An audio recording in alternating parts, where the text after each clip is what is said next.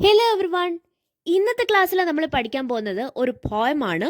അതിൻ്റെ പേര് the first meeting written by Sujata Bhat.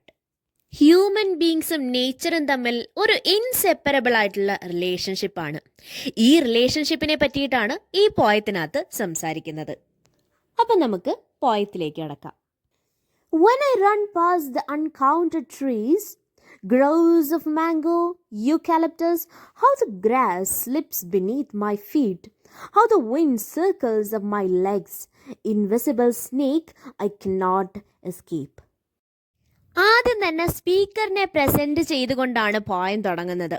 Speaker ഒരു ലാൻഡ്സ്കേപ്പിലൂടെ ഓടുവാണ്. ഈ ലാൻഡ്സ്കേപ്പിന്റെ പ്രത്യേകത എന്ന് പറഞ്ഞാൽ അവിടെ ഒരുപാട് മരങ്ങളുണ്ട്, മാംഗോ ട്രീ ഉണ്ട്, യൂക്കാലിപ്റ്റസ് ഉണ്ട്. So it is filled with trees, different kind of trees.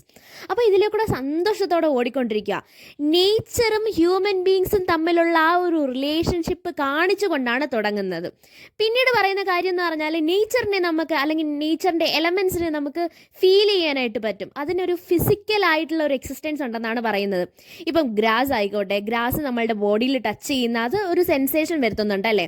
അതുപോലെ തന്നെ കാറ്റ് നമ്മളുടെ ബോഡിയിൽ മൊത്തത്തിൽ ടച്ച് ചെയ്തുകൊണ്ടാണ് പോകുന്നത്. ഇവിടെ ആദ്യ സ്റ്റാൻസിൽ തന്നെ കാറ്റിനെ കമ്പയർ ചെയ്യുന്നത് ഒരു പാമ്പിനോടാണ്, ഒരു സ്നേക്കിനോടാണ്. കാറ്റ് എങ്ങനെയാണോ നമ്മളുടെ ബോഡിയിൽ കോയിലപ്പ് ചെയ്യുന്നത്, അതുപോലെ തന്നെയാണ് ഒരു പാമ്പും നമ്മളുടെ ബോഡിയിൽ അവസരം കിട്ടിക്കഴിഞ്ഞാൽ നമ്മളുടെ ബോഡിയിൽ ചുറ്റി നിൽക്കുന്നത്. അപ്പം നേച്ചറിൻ്റെ എലമെൻറ്റ്സ് നമുക്ക് ഫിസിക്കൽ തിങ്സ് പോലെ തന്നെ നമുക്ക് അടുത്തറിയാൻ, സെൻസ് ചെയ്യാനായിട്ട് പറ്റുന്നൊരു കാര്യമാണ്. ഹ്യൂമൻ ബീങ്സും നേച്ചറും തമ്മിലുള്ള ആ ഒരു റിലേഷൻഷിപ്പ് പറഞ്ഞുകൊണ്ടാണ് ഈ പോയം തുടങ്ങുന്നത്. How the kingfisher blue sky grows sunnier each second as I run up the hill almost blinded, run down the other side my tongue dry to the lake where the sky is trapped tamed blue. Speaker ഇങ്ങനെ ഓടിക്കൊണ്ടിരിക്കുവാണ്, ഹില്ലിൻ്റെ മുകളിലേക്കൊക്കെ ഓടിക്കൊണ്ടിരിക്കുമ്പം പെട്ടെന്നാണ് within seconds ആണ് നല്ല king ഫിഷറിൻ്റെ blue കളറില്ലേ, നല്ല bright ആയിട്ടുള്ള blue, ആ blue കളറിലുള്ള sky എത്ര പെട്ടെന്നാണ്, സെക്കൻഡ് വെച്ചിട്ടാണ് അത് ഭയങ്കരമായിട്ട് സണ്ണിയറായി വെയിൽ കൊണ്ട് എൻ്റെ ഉള്ളിലെ എനർജി മൊത്തം എടുത്ത് കളഞ്ഞ് ഡ്രെയിനപ്പായിട്ട് ഞാൻ ടോട്ടലി എക്സോസ്റ്റഡ് ആയിപ്പോയി. എൻ്റെ തൊണ്ടയൊക്കെ വരണ്ട്, എൻ്റെ ടങ് മൊത്തത്തിൽ വരണ്ട്, എനിക്ക് വെള്ളം കുടിക്കാണ്ട് പറ്റുന്നില്ല, അങ്ങനത്തെ ഒരു രീതിയിലായി. നേച്ചർ എന്ന് പറയുന്നത് വളരെ എനർജറ്റിക് ആണ്. പക്ഷേ when it comes to human beings, nature energetic ആവും തോറും ഹ്യൂമൻ ബീങ്ങിനെ താങ്ങാൻ പോലും പറ്റത്തില്ല. നമുക്ക് ഒരേ പോലെയാണ്, ബാലൻസ് ചെയ്യാൻ പറ്റത്തില്ല. നേച്ചർ എന്ന് പറയുന്നത് മറ്റൊരു തലത്തിലാണ്. നേച്ചറിൻ്റെ എനർജി വെച്ചിട്ട് ഹ്യൂമൻ ബീങ്സ് സുപ്പീരിയർ ആണെന്ന് നമുക്ക് ഒരു കാരണവശാലും പറയാൻ പറ്റത്തില്ല. അപ്പം ഹ്യൂമൻ ബീങ്സിൻ്റെ വൾനറബിലിറ്റിയാണ് അവിടെ കാണിക്കുന്നത്. പിന്നീട് പറയുന്നു, അങ്ങനെ തൊണ്ടയെല്ലാം വരണ്ട്, നാക്കെല്ലാം വരണ്ടിട്ട് ഞാൻ അവസാനം വെള്ളം കുടിക്കാനായിട്ട് ഒരു ലേക്കിൻ്റെ സൈഡിലേക്ക് പോയി. ലേക്ക് എന്ന് പറഞ്ഞാൽ ഭയങ്കര ക്ലിയർ ആയിട്ടുള്ള ലേക്കാണ്. ലേക്കിനെ ഡിസ്ക്രൈബ് ചെയ്തിരിക്കുന്നത് the sky was trapped and termed inside the ലേക്ക് എന്നാണ്. എങ്ങനെയായിരിക്കാം ലേക്കിനുള്ളിൽ നമുക്ക് സ്കൈ കാണാൻ പറ്റുന്നത്? ഓഫ് കോഴ്സ് അതിൻ്റെ റിഫ്ലക്ഷൻ വെച്ചിട്ടായിരിക്കാം. മുകളിലുള്ള സ്കൈയുടെ അതേ റിഫ്ലക്ഷൻ തന്നെയാണ് താഴെ ലേക്കിൻ്റെ വെള്ളത്തിലായിട്ട്, അതിൻ്റെ സർഫസിലായിട്ട് നമുക്ക് കാണാനായിട്ട് പറ്റുന്നത്. ആ സ്കൈയെ തടങ്കലിലാക്കി വെച്ചിരിക്കുന്ന ലേക്കാണ്, നല്ല ക്ലിയർ ആയിട്ടുള്ള ലേക്കാണ് അവിടെ കാണാൻ പറ്റുന്നത്, നല്ല ബ്ലൂ കളറിലുള്ള lake, because of that reflection. But closer it is clear water. As I drink, green snakes swim up to the surface. I recoil amazed, run back faster. When I get home, he's there, King Cobra tightly curled up in a corner. He looks tired. Speaker ഓടി തളർന്ന് ദാഹിച്ച് വലഞ്ഞ് തൊണ്ട വറ്റി വരണ്ടാണ് വെള്ളം കുടിക്കാനായിട്ട് ലേക്കിലേക്ക് എത്തിയത്. ആദ്യത്തെ സൈഡിൽ ആ ലേക്ക് ഭയങ്കര ക്ലിയർ ആയിരുന്നു. വെള്ളം കുടിച്ചു തുടങ്ങിയപ്പോഴത്തേക്കാണ് ഒരു പാമ്പ് ഈ ലേക്കിൻ്റെ സർഫസിലേക്ക് ഇങ്ങനെ പൊന്തി വന്നു.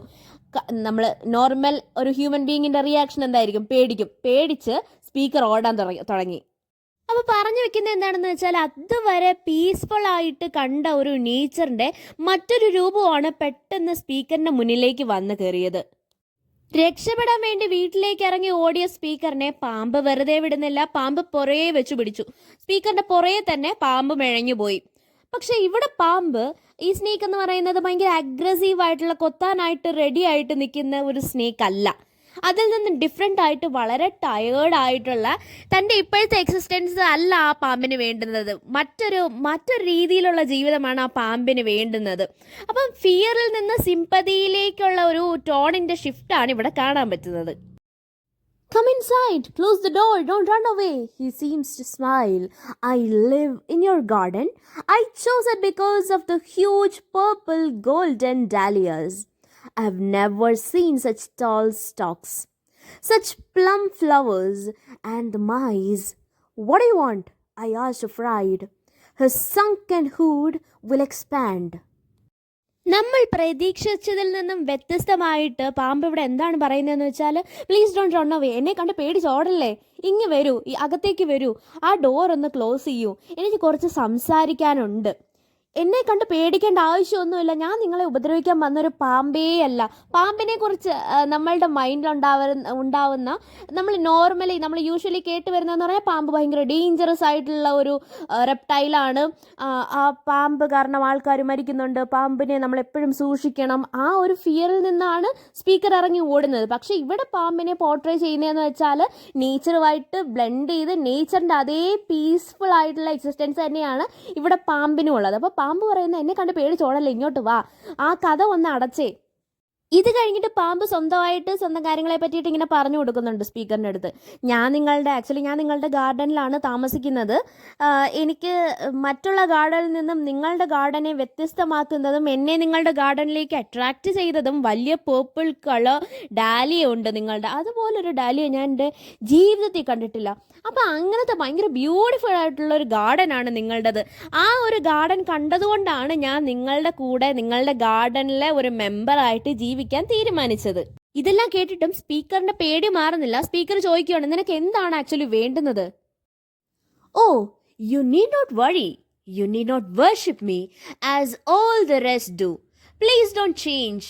Everywhere I go, people pester me with their prayers, their 100 bowls of milk a day. ഇതെല്ലാം കൂടെ ആയപ്പം സ്പീക്കറിൻ്റെ മൊത്തത്തിൽ പേടിയായെന്ന് മനസ്സിലാക്കിയ സ്നീക്ക് ഇങ്ങനെ പറയുവാണ്, ഡോണ്ട് വറി, നിങ്ങൾ എന്നെ വേർഷിപ്പ് ചെയ്യാനൊന്നും വരണ്ട, നിങ്ങൾ എന്നെ പേടിക്കുകയും വേണ്ട. എന്താണെന്ന് വെച്ചാൽ എന്നെ പേടിക്കുന്നതൊന്നും എനിക്കിഷ്ടമല്ല, എന്നെ വേർഷിപ്പ് ചെയ്യുന്നതും എനിക്ക് വലിയ താല്പര്യമുള്ള കേസുമല്ല. നിങ്ങൾ ഇതുപോലെ തന്നെ അങ്ങ് നിന്നാൽ മതി. നിങ്ങൾ ചേഞ്ച് ചെയ്യണമെന്നൊന്നും ഞാൻ പറയത്തില്ല. കാരണം ഞാൻ എവിടെ പോയാലും ആൾക്കാർ എന്നെ ദൈവമായിട്ട് കണ്ടിട്ട് എപ്പോഴും അങ്ങ് പ്രാർത്ഥിച്ച് എനിക്കതൊരു ഉപദ്രവം പോലെയാണ് എനിക്കിപ്പോൾ അത് ഫീൽ ആവുന്നത്. അത് മാത്രമാണോ, 100 കണക്കിന് ബൗൾസ് ഓഫ് മിൽക്കാണ് ആൾക്കാർ എനിക്ക് നിവേദ്യമായിട്ട് തരുന്നത്, നേർച്ചയൊക്കെ ആയിട്ട് തരുന്നത്.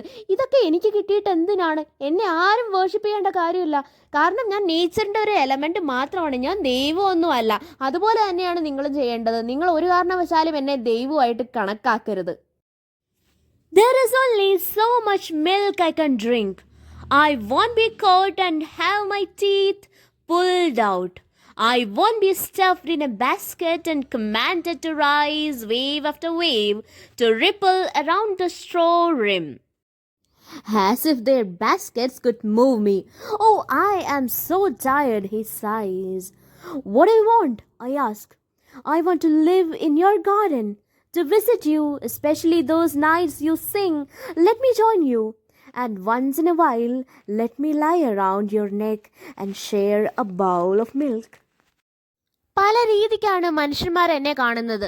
ഒരു കൂട്ടം ആൾക്കാർ എന്നെ ദൈവമായിട്ട് കണ്ട് പ്രാർത്ഥിച്ച് എനിക്ക് കുടിക്കാൻ പറ്റാത്തത്ര തരത്തിലുള്ള bowls and bowls of milk എനിക്ക് തരുമ്പം, മറ്റു സൈഡിലുള്ള ചില ആൾക്കാർ എൻ്റെ വിശപ്പെല്ലാം എടുത്ത് കളഞ്ഞിട്ട് എന്നെ ട്രെയിൻ ചെയ്തിട്ട് അവരുടെ ഇൻസ്ട്രക്ഷൻ അനുസരിച്ച് അവരെന്താണോ പറയുന്നത് ഞാൻ അതുപോലെ ചെയ്യണം. അവരുടെ പെറ്റിനെ പോലെ, അല്ലെങ്കിൽ അവർക്ക് ഇൻകം ഉണ്ടാക്കി കൊടുക്കാനായിട്ടുള്ള ഒരു മാർഗം എന്ന പോലെയാണ്, ഒരു ടൂൾ എന്ന പോലെയാണ് ചിലർ എന്നെ ഉപയോഗിക്കുന്നത്. ഇപ്പം പാമ്പാട്ടികളെ പറ്റിയിട്ടൊക്കെ കേട്ടില്ലേ, അവരിങ്ങനെ മകുടി ഊതുമ്പം അതിനനുസരിച്ച് ആ മൂവ്മെൻറ്റിനനുസരിച്ചാണ് പാമ്പിങ്ങനെ ആടിക്കൊണ്ടിരിക്കുന്നത്. അത് അവരുടെ എന്തോ മാജിക്കൽ പവറാണ്, ഈ മ്യൂസിക്കിൻ്റെ സ്ട്രെങ്ത് ആണ് എന്നൊക്കെ പറഞ്ഞിട്ട് വളരെ ഫേക്കായിട്ടുള്ള കാര്യങ്ങളാണ് ആൾക്കാരിലേക്ക് എത്തിക്കുന്നത്.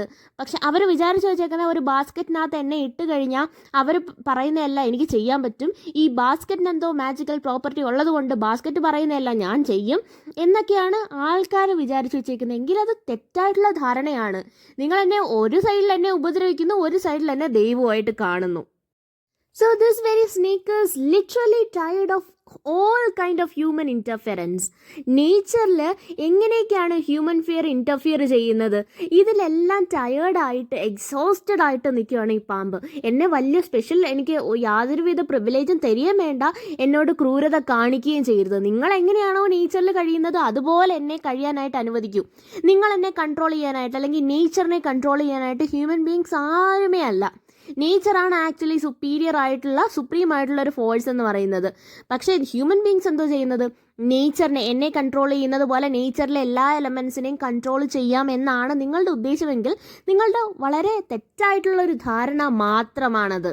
ഈ സ്നേക്ക് പറയുന്നതെന്ന് വെച്ചാൽ, എന്നെ നിങ്ങൾ ഇങ്ങനെയൊന്നും കാണണ്ട, എന്നോട് ക്രൂരതയും അരുത്. പക്ഷേ എൻ്റെ ആവശ്യം എന്താണെന്ന് വെച്ചാൽ, നിങ്ങളുടെ കൂടെ നിങ്ങൾ രാത്രി പാട്ട് പാടുന്ന സമയത്തും നിങ്ങൾ സന്തോഷമായിട്ട് സുഖമായിട്ട് ജീവിക്കുന്ന സമയത്തും അതിലുള്ള ആ നിങ്ങളുടെ സറൗണ്ടിങ്സിനകത്തുള്ള ഒരു എലമെൻറ്റിനെ പോലെ എന്നെ അങ്ങ് കരുതിയാൽ മതി.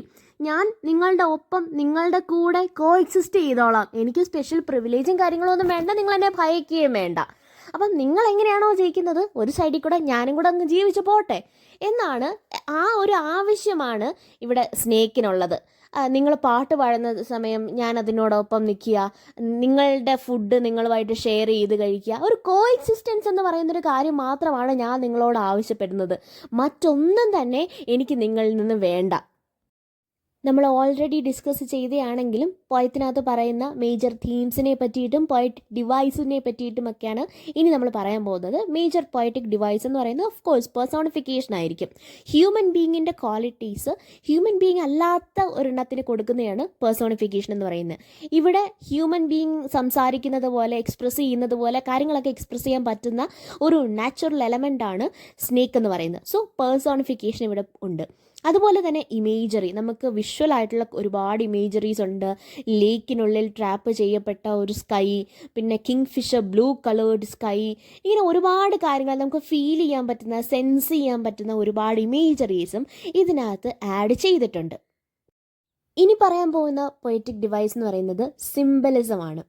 ഒരെണ്ണത്തിനെ മറ്റൊരു കാര്യത്തിനെ സിംബോളിക്കായിട്ട് റെപ്രസെൻറ്റ് ചെയ്യുന്ന രീതിയിലാണ് ഇവിടെ കാണിക്കുന്നത്. ഫോർ എക്സാമ്പിൾ, സ്നേക്കിനെ ഇവിടെ കാണിച്ചിരിക്കുന്നത് നേച്ചറുമായിട്ട് ബന്ധപ്പെട്ട ഏതൊരു എലമെൻറ്റിനെയും നമുക്ക് സ്നേക്ക് വെച്ചിട്ട് റീപ്ലേസ് ചെയ്യാനായിട്ട് പറ്റും. സ്നേക്കിനെ ഇവിടെ കാണിച്ചിരിക്കുന്നത് അങ്ങനെ റെപ്രസെൻറ്റേറ്റീവ് ആയിട്ടാണ്. അതുപോലെ തന്നെ ഗാർഡൻ എന്ന് പറയുന്നത് മനുഷ്യനിർമ്മിതിയുടെ ഒരു റെപ്രസെൻറ്റേഷൻ ആയിട്ടാണ് കാണിക്കുന്നത്. അതിനെ സിംബലൈസ് ചെയ്യുന്ന രീതിയിലാണ് ഇവിടെ ഈ രണ്ട് എലമെൻസിനെയും ഇവിടെ കാണിച്ചിരിക്കുന്നത്. ഹ്യൂമൻ ബീങ്സിൻ്റെ കൂടെ ഒരുമിച്ച് താമസിക്കുക, അതായത് ഹ്യൂമൻ ബീങ്സിൻ്റെ ക്രിയേഷനായിട്ടുള്ള ഗാർഡനിൽ നേച്ചറിൻ്റെ എലമെൻസും ഒരുമിച്ച് എക്സിസ്റ്റ് ചെയ്യുക എന്ന് പറയുന്നൊരു കാര്യത്തിനെ സിംബോളിക്കായിട്ട് കാണിക്കുന്നതാണ് ഈ പോയത്തിനകത്ത് മുഴുവനായി നമുക്ക് കാണാൻ സാധിക്കുന്നത്. ഇനി ഇതിൻ്റെ തീംസിനെ പറ്റി പറഞ്ഞാൽ നേച്ചറിൻ്റെയും ഹ്യൂമൻ ബീങ്സിൻ്റെയും ഇടയിലുള്ള ആ റിലേഷൻഷിപ്പ്, അതുപോലെ തന്നെ കൺട്രോളും എക്സിസ്റ്റൻസും തമ്മിലുള്ള ആ ഒരു റിലേഷൻഷിപ്പ്, മനുഷ്യന്മാർ കൺട്രോൾ ചെയ്യാൻ നോക്കുമ്പം നേച്ചറുടെ എലമെൻറ്റ്സ് എല്ലാം പറയുന്നത് നമുക്ക് ഒരുമിച്ച് ജീവിക്കാം എന്നുള്ളതാണ്. അതുപോലെ തന്നെ സൂപ്പർസ്റ്റീഷൻസിനെ പറ്റിയിട്ടും നേച്ചറിനെ ഹ്യൂമൻ ബീങ്സ് കൺട്രോൾ ചെയ്യുന്നതിനെ പറ്റിയിട്ടും ഒക്കെ ഇതിൽ സംസാരിച്ചിട്ടുണ്ട്.